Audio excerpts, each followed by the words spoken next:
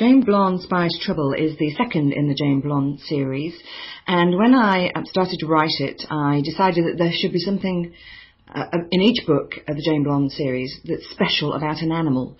And I thought, well, what better animal to use than Janie's own very special spy cat and good friend, Trouble. So this book kind of features on what's special about cats. And as you all probably know, what's special about cats, or is known to be special about cats, is that they have 9 lives. I thought how useful that would be for a spy to work out how to have 9 lives. It would make you pretty difficult to get rid of. So that's kind of how the story came about. So I'll now read you a few pages from the beginning of Jane Blonde Spies Trouble. Chapter 1, A Piece of Cake.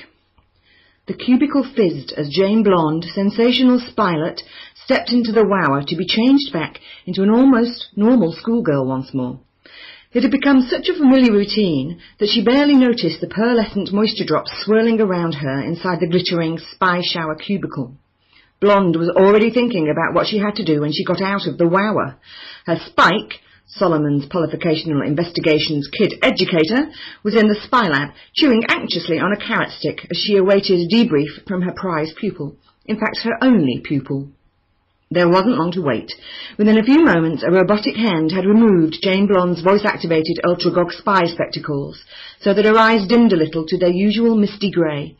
Her silver lycra spy suit was removed, and the angular limbs beneath it were encased once again in regular school holiday uniform, jeans, and a Give Me Sunshine t-shirt.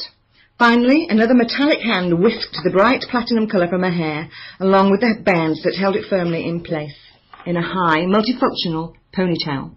The spylet's fine, mousy wave settled onto her shoulders, and Janie Brown emerged from the wower.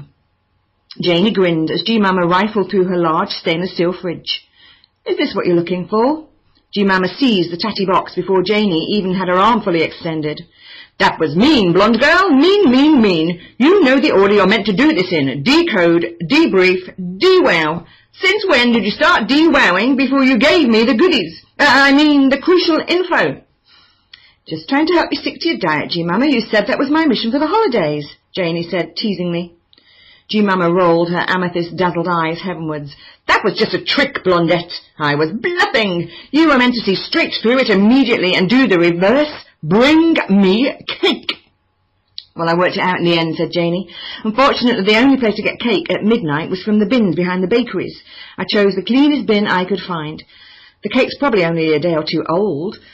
It's been through the wower, though." G-Mama's eyes gleamed as she pulled a very smart cake box, complete with ribbon, out of the cubicle. "Look at that baby."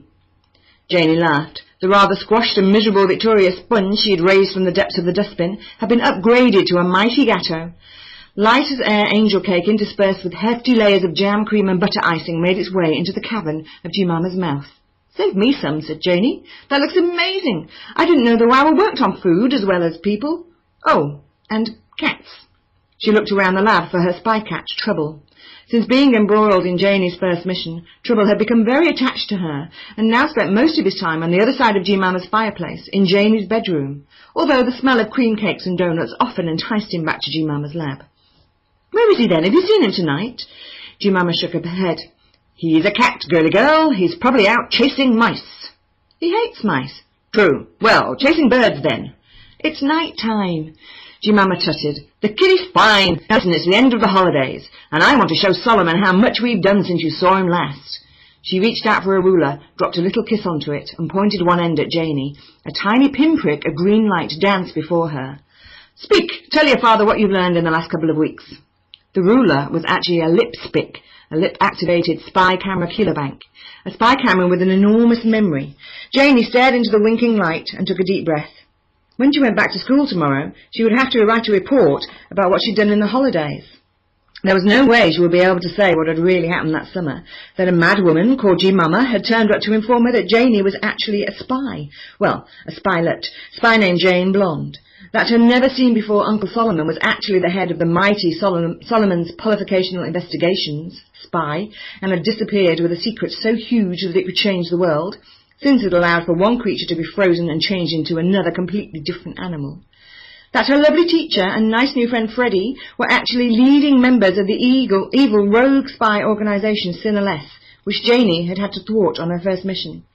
She certainly couldn't write that the head teacher and her son, Alfie, were really a spy and spylet, and her greatest friends and supporters. And there was an even greater revelation. So that's Jane Blonde Spies Trouble, and I'll leave you to find out what that great revelation actually is.